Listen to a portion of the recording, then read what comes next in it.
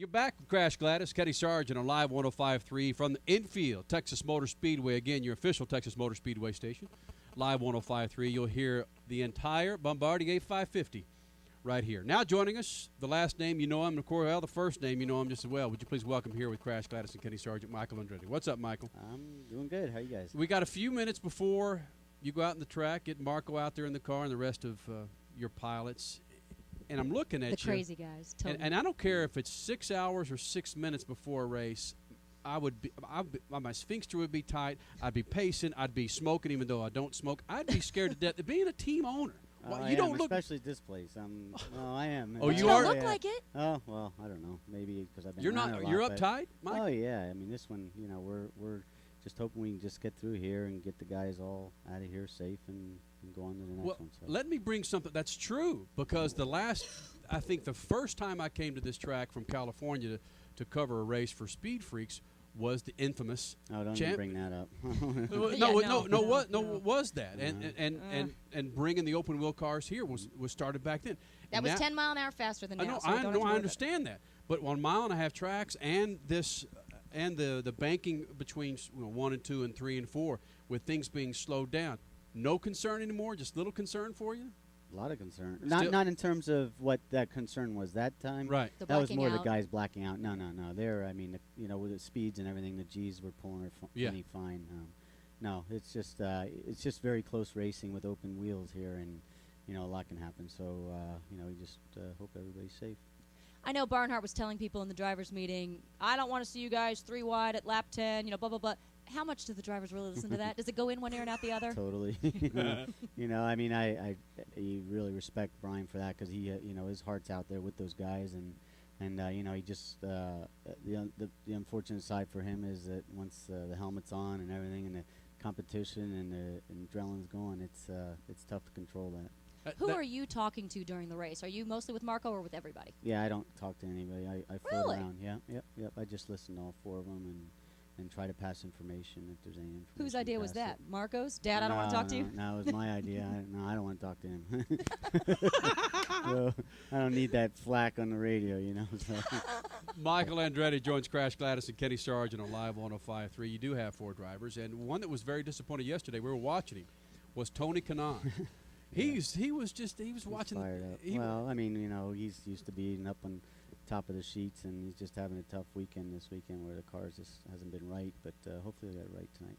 Michael Andretti, as a team owner, would you rather deal with the sponsors or would you rather deal with just the drivers if you had to make a choice? It depends. Sometimes the drivers are worse than having second graders out there. That you're trying to control, but. And the sponsors, actually, I got to say, I don't mind that. That's been great. We have great people, great sponsors. So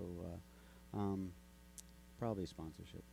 Really? Yeah. A driver, former champion, saying he'd rather deal with but sponsors. when you're having to deal with the other guys, complaining and all that stuff, it seems like all I ever get from them. So. Do you say, look, I've been there before. I know what you're going to say, so I'm not going to deal with you. Oh, a lot of times. Yeah, you I'm can't pull it don't fast. tell me, man. I know what it's like. Don't try Because to on me. That's true, because there were incidents back in the 90s where it's like, there's Michael Andretti. He's storming from the pits. He's pissed off. Because we've seen, whether it's Danica, Kanaan, or your son, Marco, we've seen you do the same thing at times. Hell yeah.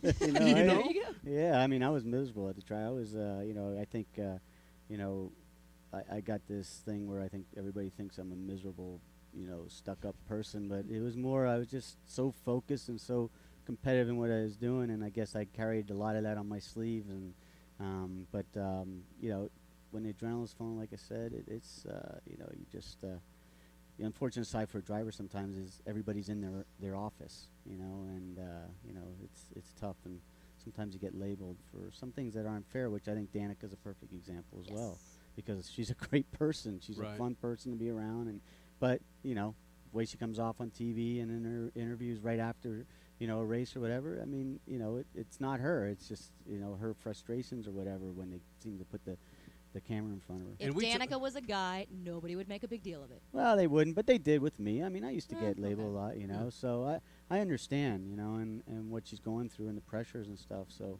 I just wish I could tell her, that not to do that, but it's hard to. I can't Yeah. because I've been there. So I tried to, and I never could control it either. So Kyle Busch is getting some labels too of being the rowdy Busch, of saying what he's really feeling. But when you're winning races, But you love that don't stuff. I do. we enjoy things like We that? We love like it that when stuff. drivers yeah, for speak sure. up. I mean, Have your you know, when emotions. I was winning races, I'd get up there, everybody boo me, you know, and in the end, when they were starting to cheer for me, I was like, this isn't a good sign. They're starting to feel sorry for me, you know. You know who 'Cause says the then- same thing as and Jeff so- Gordon? yeah, Yes, when they're yeah. booing, at least you know they're Yeah, paying attention. exactly. They're paying attention, and you know you're winning, you know, because Mhm. it seems like, you know, the Americans especially, they love, you know, the underdog, and when they started cheering for me again, I was like, oh, I must be the underdog.